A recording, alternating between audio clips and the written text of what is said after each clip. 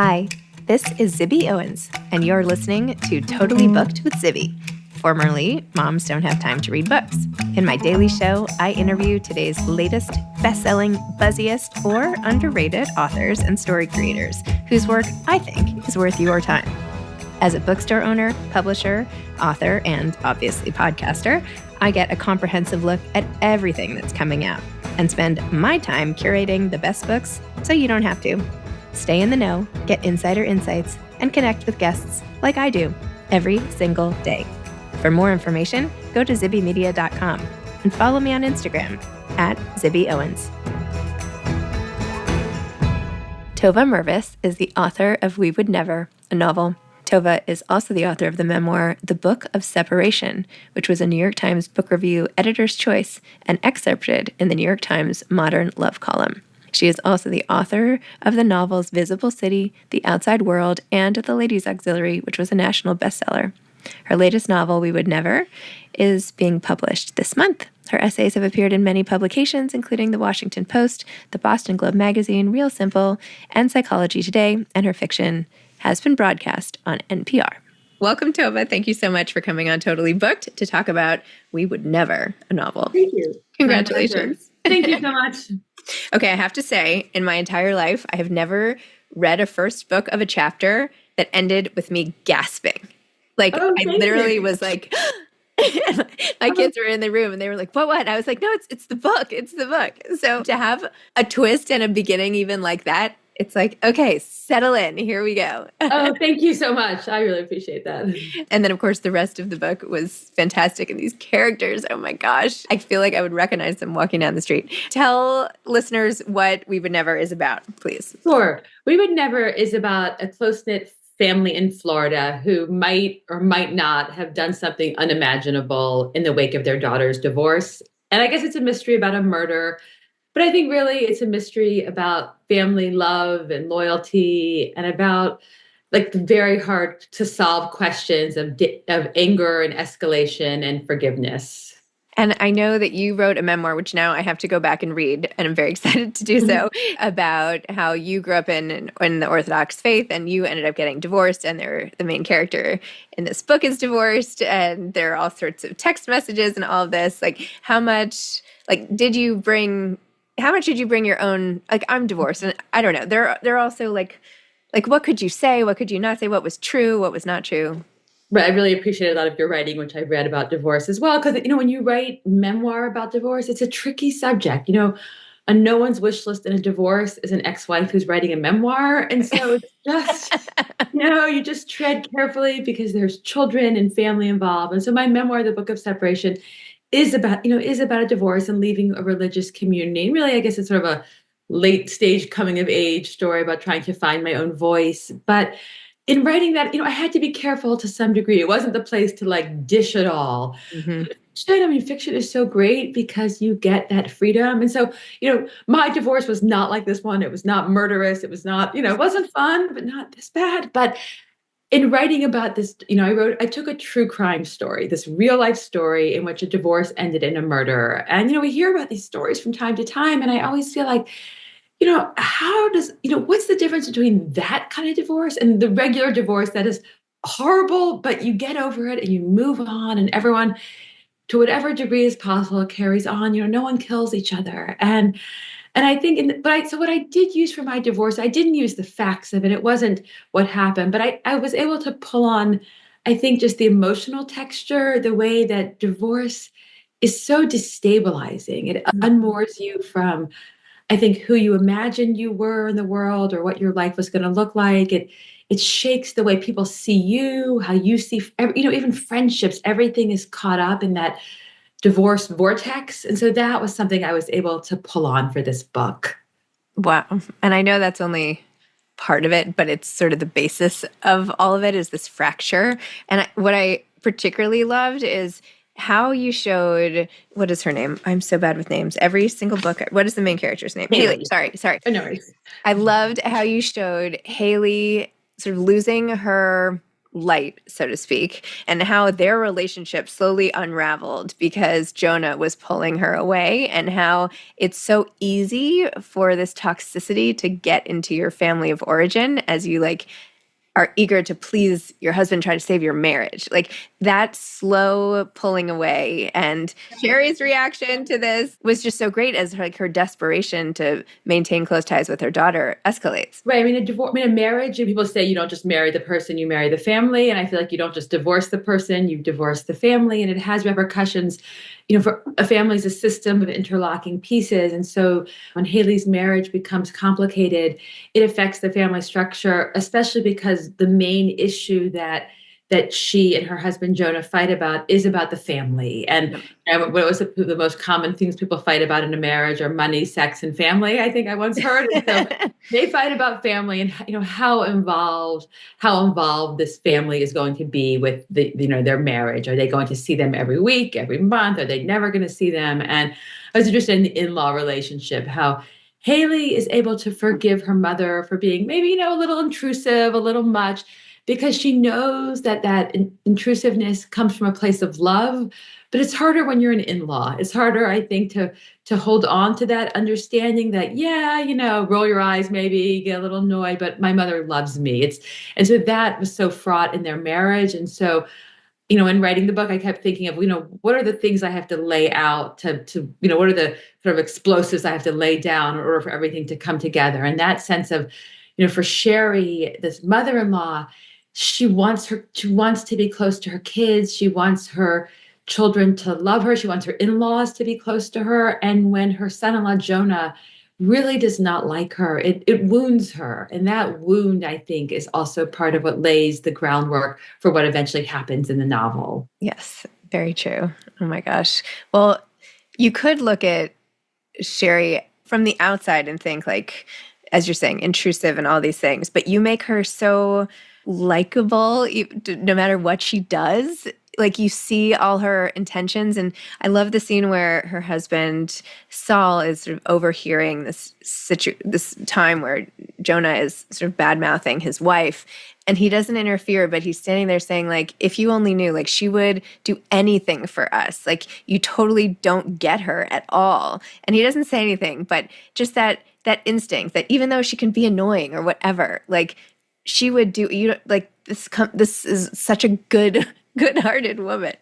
I mean, I feel like, it's so easy to knock like, the overbearing mom, but I feel like, I have 3 kids. Who among us has not had our overbearing moments when you feel like your child is being hurt, or you feel like your child is in danger? I think that question was really at the heart of the book. We all say, I would never do that, and I would never, and I don't think I would ever, murder someone, for example. I really don't believe I would, but most of us, I don't think would. But do you know for sure what you would do in situations that you really cannot imagine, especially when it comes to your children? And I felt like for Sherry, I spent a lot of time trying to craft that her as a character where she was intense and, somewhat intrusive maybe, but I never wanted to let go of the feeling that this is from love and protectiveness. And I felt like I always wanted to have those two pieces of her in conversation with each other, so that you couldn't just be like, oh, terrible mother, overbearing. I'm like, it's never so simple. And maybe with all the characters, in any book, it's never so simple. I mean, I think part of what I love about writing fiction is you get to go inside, you get to see people in all their complexities, even people who do something really bad, like my characters ultimately do, or maybe don't do. I won't give everything away, but you get to see people in their complicated states. You get to understand their pain, their weaknesses, their fears. And I think that's the real pleasure of writing and reading fiction, to be able to do that. It's so true. But you have early on when you're describing Sherry, and you're saying, she keeps busy. Like she has this in her day and that in her day, and she's in a book club, and, she sees her friends and plays tennis or whatever she does, but it just like doesn't replace what it was like having 3 kids at home. And it made me so sad. It was just like, what does happen? I mean, I still have kids at home, but they're rapidly growing up. And, what happens in that aftermath stage, which takes up the rest of life, and how do you feel it? Right, that I thought so much about the idea of empty nesting. So my three kids, and I started the book 5 or 6 years ago. They were a little younger, but now I have a 25-year-old, a 21-year-old, and a 17-year-old who's in 11th grade. And so I think, you always take parts of yourself when you wrote. I think I just channeled that anxiety. I feel like, I feel for the idea of my youngest leaving home. I mean, for oh my gosh, so decades, my entire life, besides I've written and I've done lots of other things, but the core of my life has been, what time do I have to pick the kids up? Who has to be where, when, and what do I need to do for the kids? And of course you still have those relationships when they're adults, but I think I have a lot of anxiety about that change and that question of, it's an identity shift, I guess, as you moved on to a different phase where so much of my identity has been about having, the hands-on work of kids at home. And so I think I was able to sort of give that to Sherry and maybe turn the volume up on a little bit and explore, what happens to your sense of self. And I think for Sherry in particular, I think she feels like everything has been invested in the kids. There hasn't really been anything else. And what if they don't just leave home, but what if there's a distance? What if they don't want to come back home? What if one of Sherry's children is estranged from her, which felt to me like, one of the most horrifying things that could happen with a child. And that sense of what if you've given your life to your family and in the end you end up alone? And that anxiety, I think, is what fueled a lot of her character. And I was able to just take my little nagging worries about like, oh no, they're getting old, they're growing up, and just something about putting it on the page and then pushing it further. Be like, okay, what if you were really crazy? What if you did something really radical because of that fear? Wow. Well, I so relate to that. I feel like, I mean, you must have, well, maybe not, but I have days without my kids when they're with my Yes. ex. And then when like pickup time comes, I can't even work. Like I'm so used to pick up at a certain time, like even in my work day, like I have to like get up or like go do something else or like, because I'm so used to that rhythm of life, and to think it's like stopping altogether. I don't know. Right. I mean, one of the really hard things about divorce is, of course, not being with my kids every single day. We had a schedule where I did all the pickups just logistically, even if they weren't with me one of the nights. But there were weekends when I wasn't with the kids, and when I had three little kids running circles around me, if you had said to me, you're going to have 2 days without your children, I would have been like, oh, a vacation. But when it came, it didn't feel like that. It felt bad. I felt like a piece of myself was taken away, and they always come back. And it's been years now. It's been 12 years, but I got used to the rhythm of that. But it's hard, and that was one of the things I was able to pull on for the book too. The sense that in the novel, Haley and her ex-husband Jonah have a small child, where it's even harder. They have a 3 and 4 year old little girl as the book goes on, and just that sense that the child not being with you, you feel like a piece of you is living this other life in another house, and you don't have access to that. And that is so unmooring, I think, as a parent. And that was one of the other, I guess maybe writing about it is, I don't know if I'd say cathartic, but it's something. It's a way of like thinking about it on the page, and getting to think about just the pain of your children not always being with you. Because, there are many pains of divorce, and that is certainly one of the biggest ones, I would say. Yes. Oh, thank you for that. You have another storyline where not really another, I mean, it's all about the family, but Nate is striving to please his dad. He's goes into the same medical field, and is just like, was never the perfect kid, and now wants to redeem himself by being this top doctor and like, revolutionizing the practice. And his dad is like not that into it. Tell me a little bit about this push-pull of like the older generation and wanting to please, and yet are you pleasing or are you further antagonizing?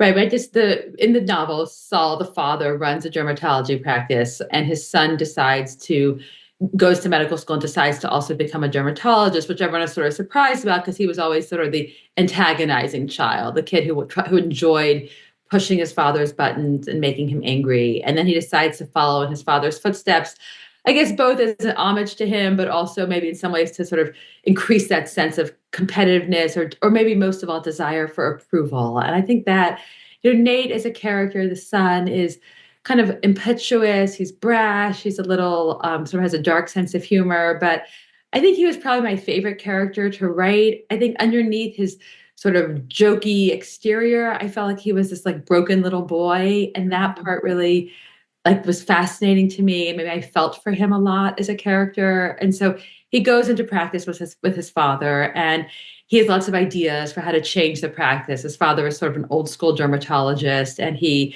wants to turn it into more of a cosmetic dentistry practice. I spent many, many hours down the rabbit hole learning about dermatology practices and tensions in the field and Googling things. And sort of sometimes you feel like, why am I Googling this? Like, where am I? Why am I on this watching a webinar about, currents in dermatology? But yeah, here I am doing this. And it was very fun. It was a fun theme.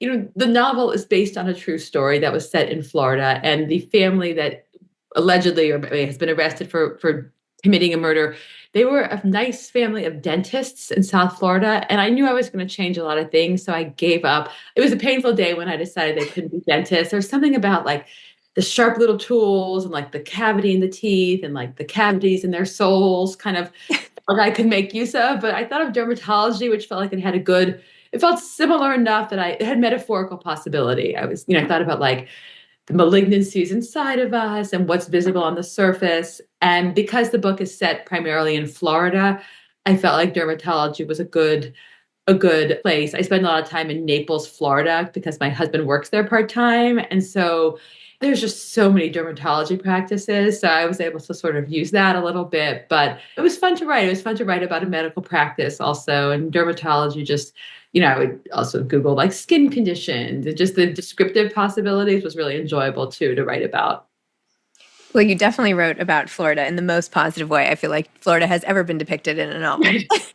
I have come to love Florida. I mean, it's a crazy place in so many ways. It's, there's much to be said about Florida, but I think the real story was set in Florida. I couldn't give up Florida. I was like, I will give up every detail, but I will not give up Florida because this book had to take place in Florida.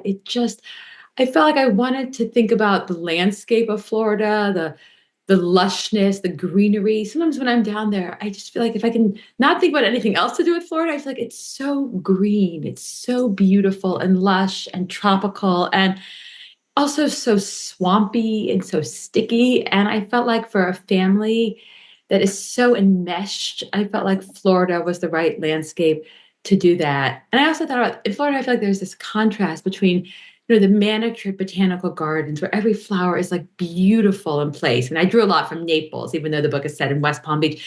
There's nothing in Naples, Florida that's not absolutely beautiful. Like every little park is just, I feel like someone spends their day tending to this little flower bed. But at the same time, there's always this potential for like a wild storm to come through and uproot everything, where you feel like it's civilized, the physical beauty is structured, ordered, and yet always on the verge of crazy. And I feel like that in some ways was a theme I wanted to play with in the book. I feel like my marriage is like the world of civilized order and law, and everything follows the so-called rules.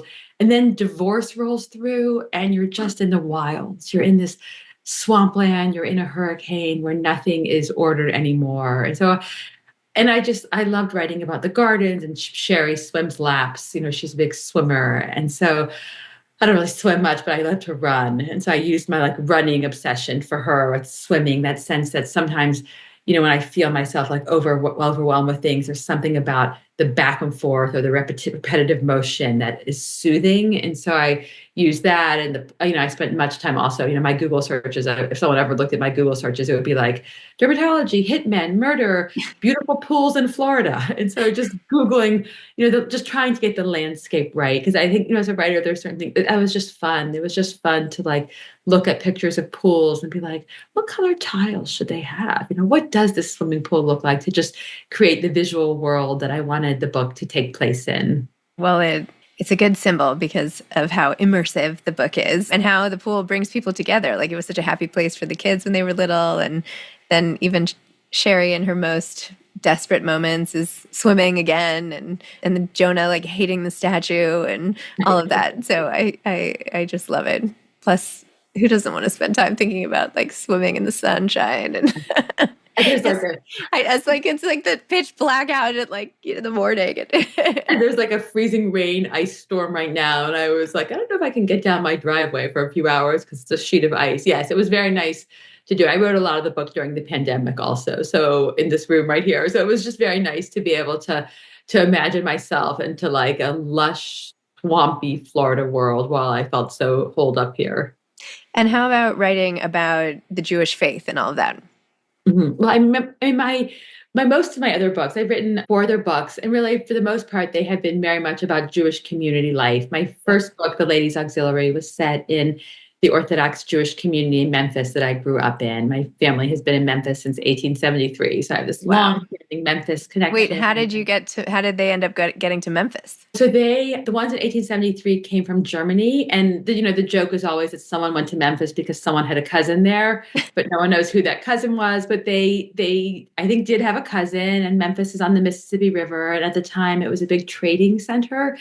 And so the first cousins went there, and then more people came. And I recently have been doing a lot of research into my family history because of a new book I'm writing that is going to be a several generations Southern Jewish novel. And I found the shipping records that my great grandmother, who came later in 1921, came to Memphis. I went to Ellis Island and was able to find the records when she came. And it's amazing. It has like the family came from Grodno, Poland, and it has destination. It says Memphis, Tennessee, and just it was amazing to see it. I've known this story, but something about seeing the actual records of when they came. But so much of my writing, for me, being a writer, was always so tied up in wanting to write about this small, close knit community. And on one hand, what feels so nice about being part of a tight knit community, that sense of belonging somewhere and being rooted. And yet at the same time, what is hard sometimes about feeling like there's one way to be, or if you don't fit in, you're on the outside. And then certainly my memoir was so much about wrestling with my own Orthodox community and my own questions of,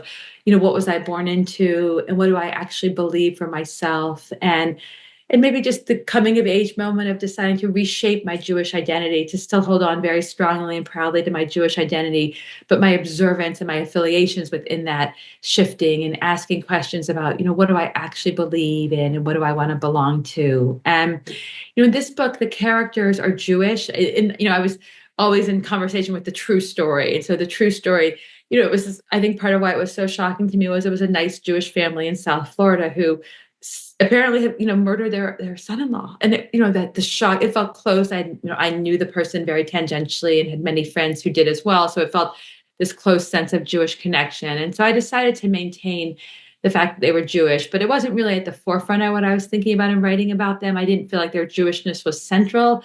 But the one way that I was really interested in exploring it from a Jewish perspective was thinking about the theme of forgiveness, which is, of course, a universal theme, but in particular, I was interested in the idea of Yom Kippur, the Jewish holiday of forgiveness, and really interested in asking the question of, what does it mean to be able to forgive someone, and what happens when you're not able to? I felt like in the book, every character has some relationship to the idea of forgiveness, and Sherry thinks about it in terms of Yom Kippur, this sense that it's one thing to say, will you forgive me, and so on, to give you a quick apology, but what is the real process of forgiveness like? It's, it's a process of letting go of pain and being willing to talk about pain. And I feel like a lot of the characters in the book are very focused on this word never. I will never forgive you. I will never let go of this. I will never do this. And I feel like never in some ways is the opposite of forgiveness, where you get to turn back and you get to relent. And that for me, I think maybe my favorite Jewish holiday is Yom Kippur. It's certainly not the most fun holiday, but I feel like the one that feels,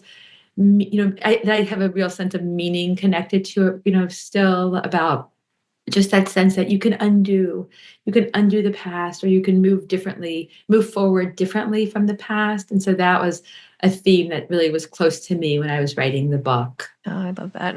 Yeah, I would not say Yom Kippur is my favorite holiday, but anyway. It's not my it's the one that speaks to me. I would much rather make potato latkes. Yeah, but it moves me. Wait, tell me more about this new book. So it's funny, after every book I've written, I always say that I'm going to write a several generation Southern Jewish novel. I've been really, I have this longstanding family history, and, and everyone always asks, how did your family get there? And I grew up with this anomalous world of Orthodox Jews in Memphis, which, growing up, I thought that was like a very normal thing to be. And then when I went to school in New York, my friends were like, what, Jews in Memphis? And after every book, ever since my first book, which was 25 years ago, which is crazy to believe, I was like, okay, I'm going to write this Southern Jewish novel. And I keep getting waylaid. After every book, I start it, and then I don't know why. Sometimes I just always sigh. I'm like, oh, I'll do that next. And then it happened after every book. After my memoir, I was like, no, this is the time. This is the time to write this big novel, research, dive in. And I started it, and then I got waylaid into a different novel. I was going to write a novel. Live in a very interesting old house in Boston that Timothy Leary lived in for a year. And I was like, I want to write a novel about the house and Timothy Leary. And then after a few months, I was like, I'm not interested in Timothy Leary. I can't stop. Like, it takes me forever to write a book. I was like, I can't do Timothy Leary for 4 years, 5 years. And then I was like, oh, my Memphis novel. And then I got interested in this true crime story.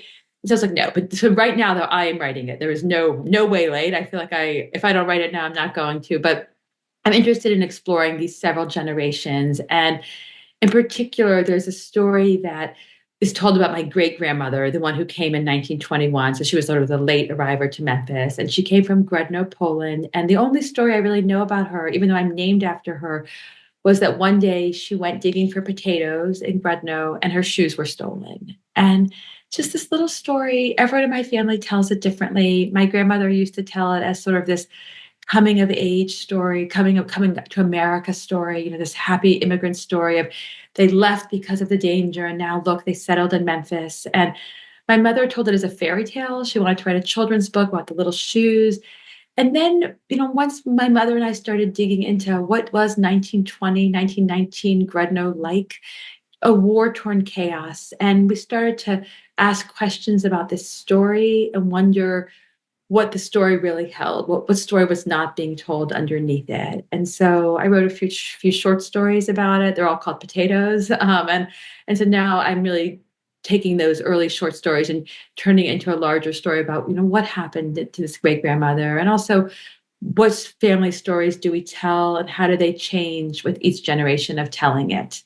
And of course, right now it's called Potatoes, which will probably change. Oh, I love that. Amazing. I can't wait to read it. Well, first I'm going to read your memoir. Thank you very much. I appreciate it. Well, Tova, thank you for this totally riveting and really deeply resonant, sort of personally, to me at least, book. And it's really great. And I'm so glad to have talked to you about it. Thank you so much. I so appreciate it. It's great to talk to you. Okay.